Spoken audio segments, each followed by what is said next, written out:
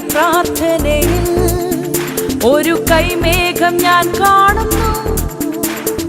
ആഹാബ് വിറച്ച പോലെ അഗ്നിമഴയായി പെയ്യണമേ. കർമ്മേലിലെ പ്രാർത്ഥനയിൽ ഒരു കൈമേഘം ഞാൻ കാണുന്നു.